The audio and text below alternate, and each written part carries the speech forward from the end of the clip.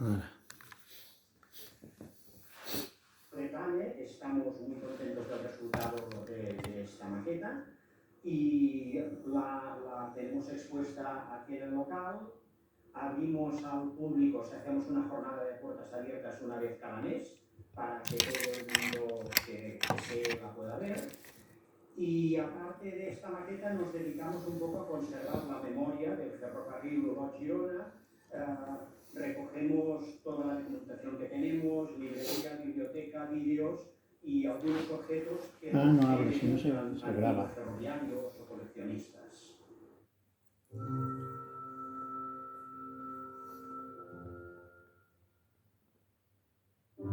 Aquí comienza el espectáculo de una colección de maquetas de diversas estaciones y no hace falta palabras para disfrutar de este asombroso realismo.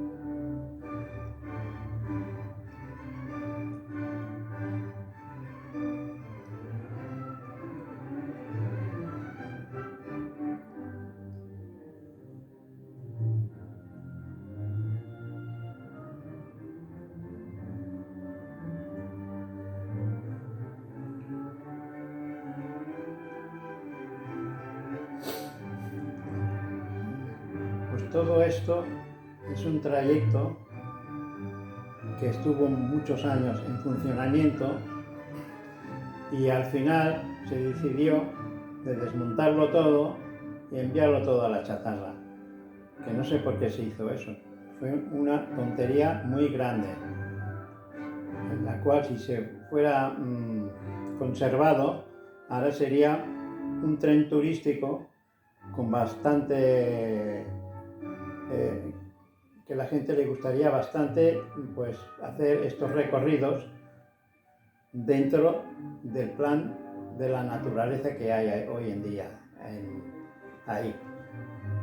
Y bueno, esto es todo una serie de estaciones que se han realizado copiando de antiguas fotos que se tenían y darle el máximo realismo que tenía. Lo único que supongo que la gente ya está arrepentida de haberlo tirado todo a la chatarra, porque se podía haber conservado. Sería un atractivo hobby turístico, vaya. Y en fin, ¿qué vamos a hacer? Nos tenemos que conformar con lo que vemos en maquetas. Bueno, pero algo es algo. ¿Qué vamos a hacer?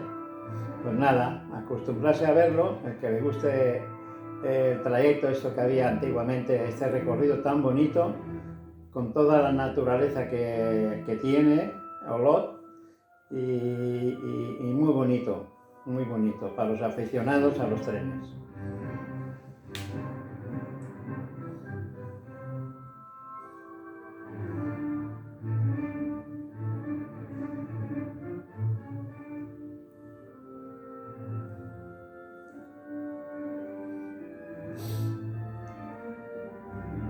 Después veremos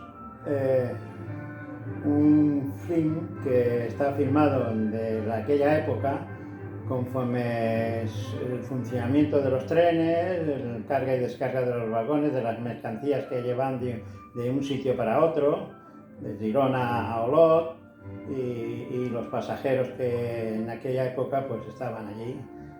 Y bueno, es una cosa que, bueno, que si se ha guardado ahora se puede ver con todo el entusiasmo.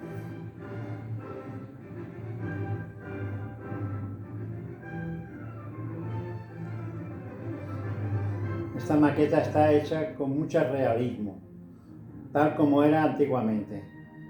Se ha perfeccionado mucho en todos los detalles y parece todo de verdad.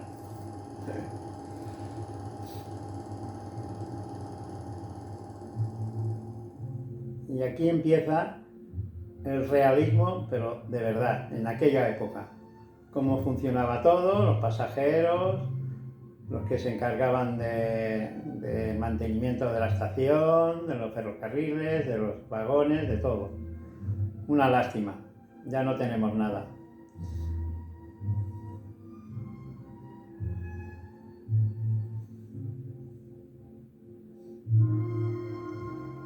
Se podría haber guardado por lo menos un equipo de vagones y con su locomotora de vapor y tenerlo como tren turístico, que serían de mucho éxito si lo fueran conservado y no lo fueran destruido como lo han hecho. Que solo pensaba en desmontar los hierros para chatarlas, para ganar dinero, pero eso ya pues que no tenía que haber sido así. Estas cosas se mantienen como mínimo y es bonito para el día de mañana tener siempre este recuerdo.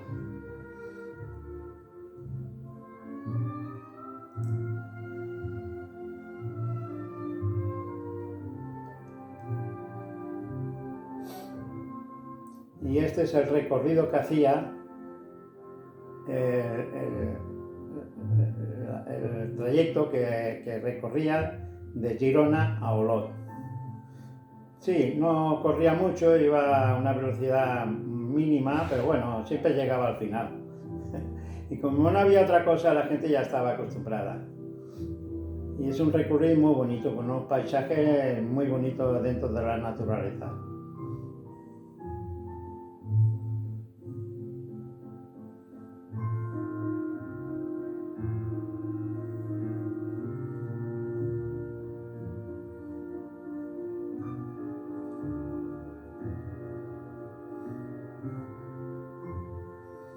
Pues todo este trayecto sería un trayecto turístico que seguramente tendría mucha aceptación.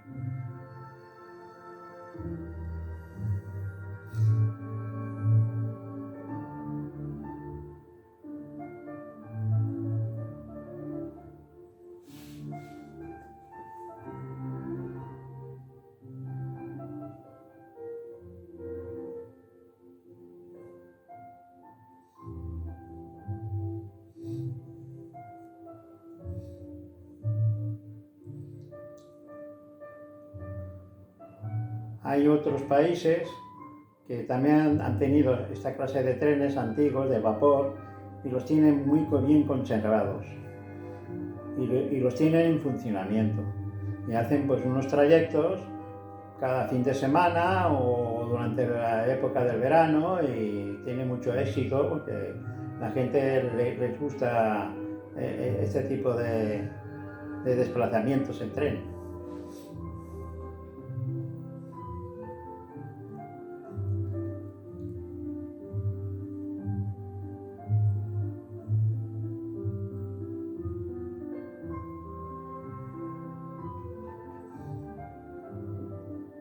es un tren muy romántico. En aquella época, pues es lo que había en aquella época, pero es muy bonito de ver.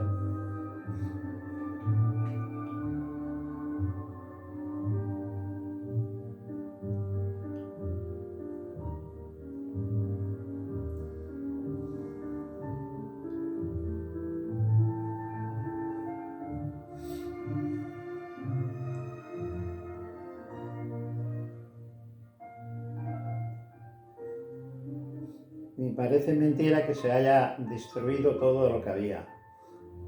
Se han desmontaron todas las vías, se llevarían a la chatarra, se desmontaron todos los vagones, se cortaron con el soplete para la chatarra, todo lo que es la parte de hierros, y las máquinas pues también. No se pensó en que esto podía ser a la larga un tren turístico que llamara mucho la atención.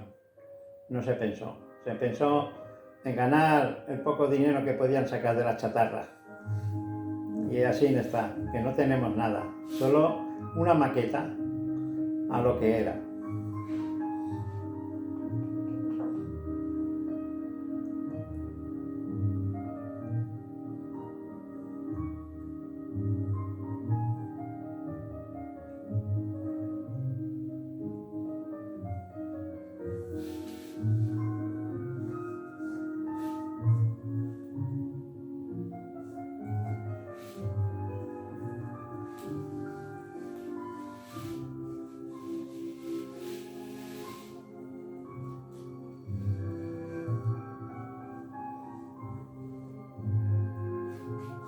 Y esto es uno de los últimos recorridos que hizo la máquina, el convoy que llevaba. Y así tenemos este recuerdo tal como era.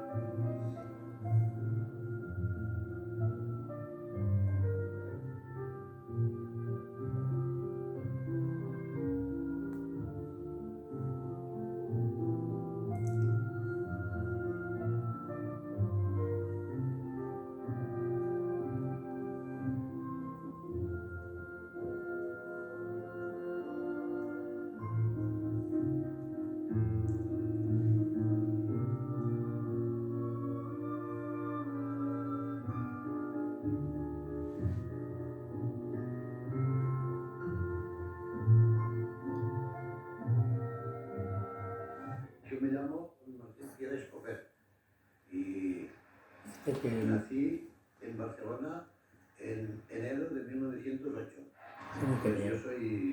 Tengo el título de ingeniero industrial que estudié en la Escuela de Ingenieros de Barcelona cuando estaba en la calle de Urgel. Bueno, yo entré a trabajar en la maquinista terrestre y marítima en 1939 y fui destinado como jefe del taller de forja, porque había un compañero que quería cambiarse de destino o de empresa, entonces me dedicaron allí.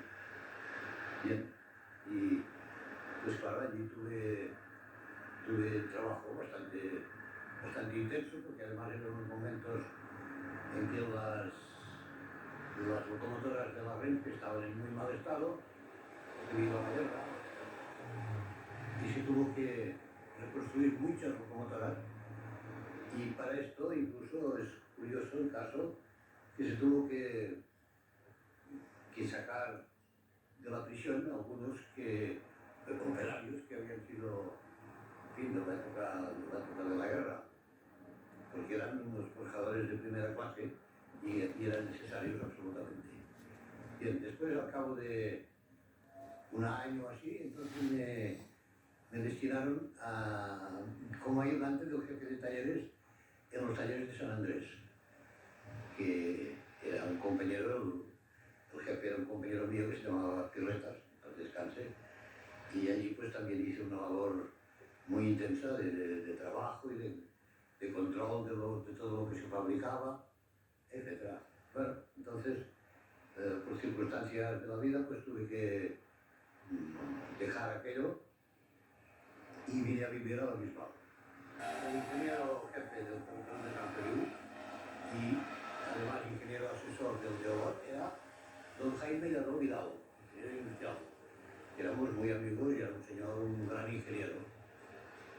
Bien, y entonces las compañías me pidieron a ver si yo me podía interesar, si podía colaborar con las compañías para la mejora del ferrocarril. Yo, pues como que siempre he tenido mucha afición a los trenes y además amor a las comarcas estas de Gerona, pues sí, pues lo acepté, no por cuestión económica, porque este asunto lo tenía resuelto, más que nada por afición y por amor, y para ver si se podía conseguir el que estos trenes pudiesen continuar prestando sus servicios importantísimos a las comarcas. Bien, entonces, claro, la compañía de OAT y la de San Feliu, las dos estaban en las mismas condiciones. Tenían, debido al incremento de gastos, por otra parte no se permitía aumentar las tarifas, los gastos eran enormes y había déficit. Y entonces el Estado pues dijo que hizo una ley, pero sería muy largo de hablar de todo esto, pero debido al continuo incremento de los gastos, la cosa iba cada vez peor. Hasta que se hizo, gracias al esfuerzo de todos los ferroviarios y de todos los que colaborábamos allí, pues consiguió que los trenes funcionasen con bastante regularidad y que la gente apreciase los servicios que prestaban. Claro, las ofertas que hizo la maquinista fueron de 4 tipos, una locomotora de 3 ejes, otra de 4 y otra de 5 incluso. Claro, lo mejor hubiera sido la más potente, pero nos encontrábamos con una dificultad, que es el peso máximo admitido por la vía. La vía era bastante deficiente debido a los años que llevaba el servicio, y como por otra parte no se había podido renovar, porque eso cuesta mucho dinero, pues después de varios estudios y de ver que una locomotora más potente hubiera obligado también al cambio de puentes, al final se decidió por la locomotora 131, 131, o sea, la Prairie se llama, que es un modelo de la locomotora 22 que ahora se ha reconstruido. Y estas locomotoras eran bastante modernas, porque ya tenían vapor recalentado, freno de aire comprimido y engrasador mecánico, en fin, llevaban ya una serie de perfeccionamientos en comparación con las anteriores que tenía la compañía, que eran las belgas, de la Société de Saint-Léonard. Eran de menos potencia y en cambio consumían más carbón y más agua. Y esto era gracias al ciclo térmico que se había aplicado a las 21 a 24, que eran las 4 locomotoras de la maquinista. Porque al ser de vapor recalentado, pues el ciclo térmico, el rendimiento térmico es mucho mejor. Estas locomotoras prestaron un servicio formidable. Su velocidad máxima era 55 por hora, porque claro, tenían la rueda pequeña para poder subir las cuestas que tenía la línea hasta llegar al túnel de Bas, que era el punto más alto de la línea. Pero a pesar de ello, pues su velocidad en llano podía llegar a 55 por hora. En fin, lo suficiente para un ferrocarril de corto trayecto, que además hacía un servicio casi como un tranvía, ¿no? de las estaciones, y que había mucha gente ya confiaba en el ferrocarril. Por esto fue una lástima que por falta de apoyo oficiales se tuviera que suspender.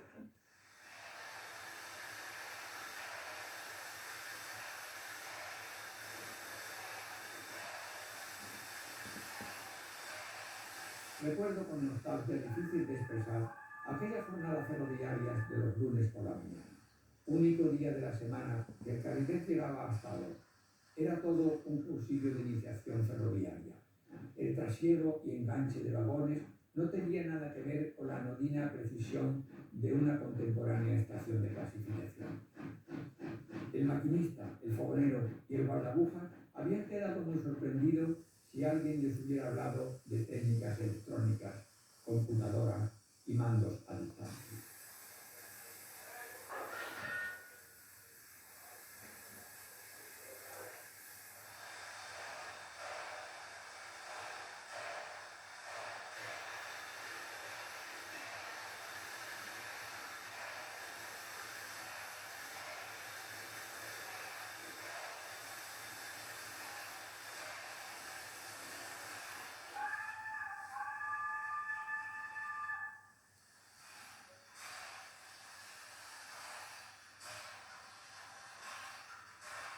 La locomotora que vemos aquí repostando agua y carbón fue construida por la maquinista terrestre de Barcelona y es más potente y más rápida que las primitivas máquinas inglesas con las que se inauguró la línea en las postrimerías del siglo pasado. Los que siguen siendo ingleses de pie a cabeza son los bizarros coches de madera con portezuelas laterales y estribo corridos, con lo que el revisor se desliza audazmente con el tren en marcha.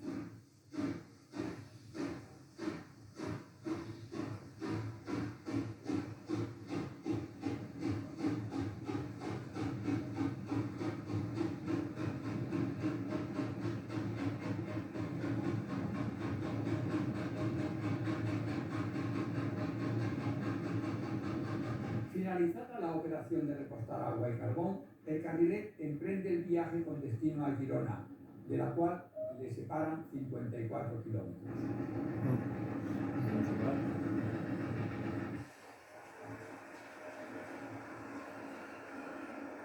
El Carrilet atraviesa a buena marcha la fresca campiña de la Garrosa y el valle de San Esteban en Baz, presidido por el imponente macizo de Puig-Blanc.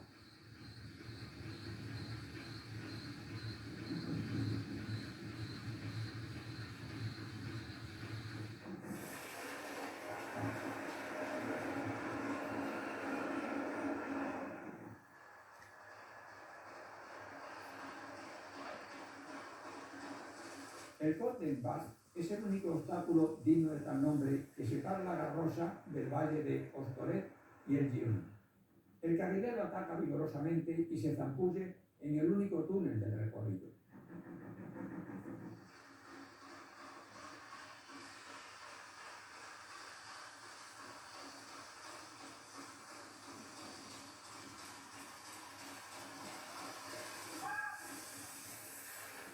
El estado de la vía, cubierto de maleza, con el balasto prácticamente inexistente, demuestra bien a las claras el grave deterioro de este ferrocarril y no permite abrigar demasiadas esperanzas sobre el futuro inmediato.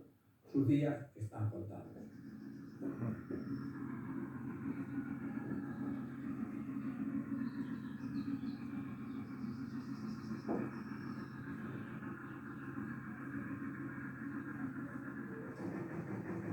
Este ferrocarril se construyó con una aportación masiva de capital inglés, por lo que originariamente se llamó nada más y nada menos que The Olot and Gerona Railway Company, nombre exótico y rimbombante que llenó de orgullo a los payeses de la comarca. Posteriormente adoptó el más hispano de ferrocarril de Olot a Gerona, aunque, como hemos dicho antes, todo el mundo lo conoce por el Carrilet de Olot.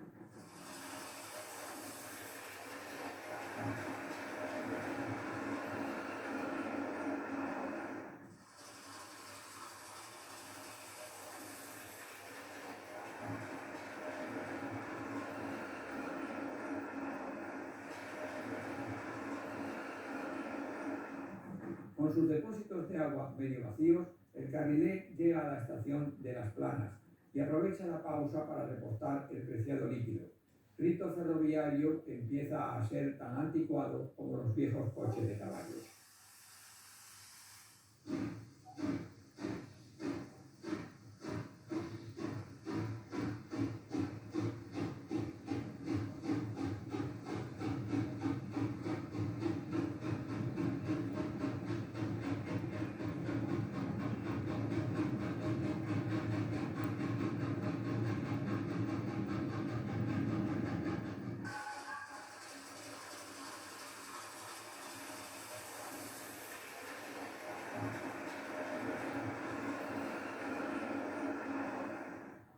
El Carrilet llega a la muy importante estación de Amer, donde el convoy ascendente espera para efectuar el obligado cruce. En Amer están ubicados los talleres y depósitos de máquinas de la compañía, que no ofrecen el animado aspecto de antaño, debido a la motorización galopante que sufre el país. Estas viejas locomotoras San Leonard, apartadas en una vía muerta, son una prueba fehaciente de nuestras palabras.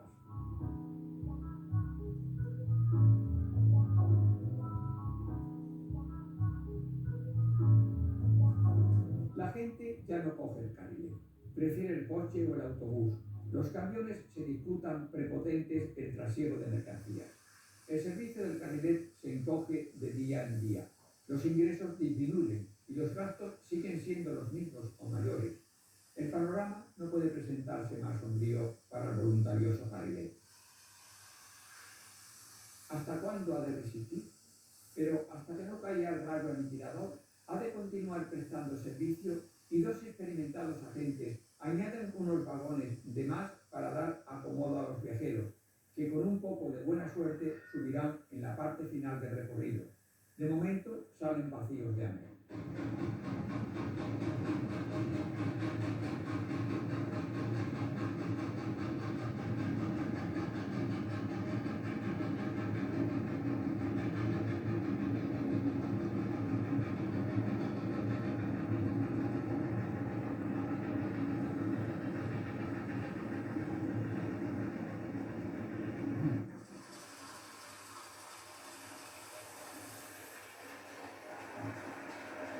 El carrilet cruza el Ter a la altura del Pasterat y aprovechando la bajada se lanza a una loca carrera en la que en algunos tramos llega a rebasar los 40 kilómetros por hora.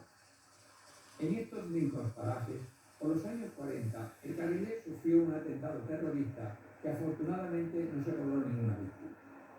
Manos criminales levantaron la vía y la máquina y un par de vagones se precipitaron al río que bajaba muy crecido. El maquinista y el fogonero pudieron ponerse a salvo. Los vagones quedaron empotrados uno encima de otro y gracias a esta casualidad afortunada, ningún viajero fue a parar al agua. Bueno, vamos a ver.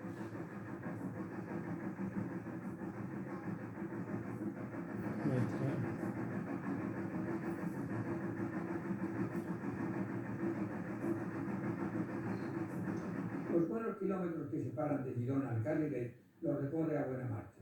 Como los buenos caballos, al cabo de una ruda jornada de trabajo, tienen ganas de llegar a la cuadra y descansar. Y no seremos nosotros quienes disputamos este derecho a un merecido descanso, se lo ha ganado a pulso.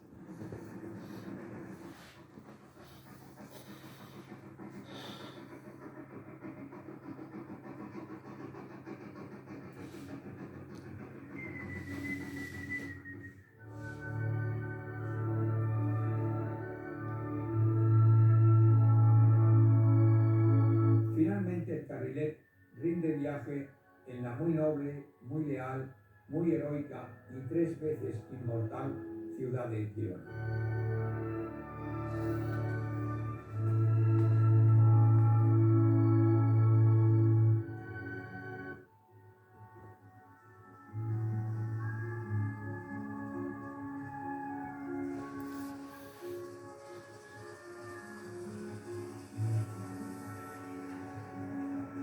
La primavera de 1969 fue fría y desapacible, como si la naturaleza quisiera asociarse al dolor del pudoroso carrilet, que durante más de 60 años cumplió como bueno, pero que nada pudo contra la fiebre del progreso.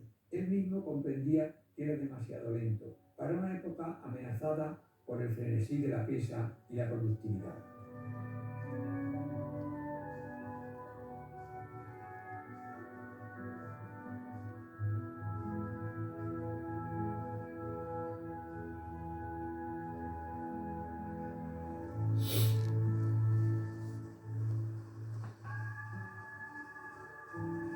Tres meses después de filmar estas escenas, marchó a su fin con la dignidad de un viejo luchador. El carrilet de Olot no murió, lo retiraron. Su muerte anunciada se produjo el 15 de julio de 1969. Un puñado de gente se concentró en la estación de Olot para ver circular por última vez lo que había sido el pequeño tren. Don Martín Piera, en persona, condujo el convoy fúnebre y los discos del FAR devolvieron melancólicamente sus últimos resoplidos.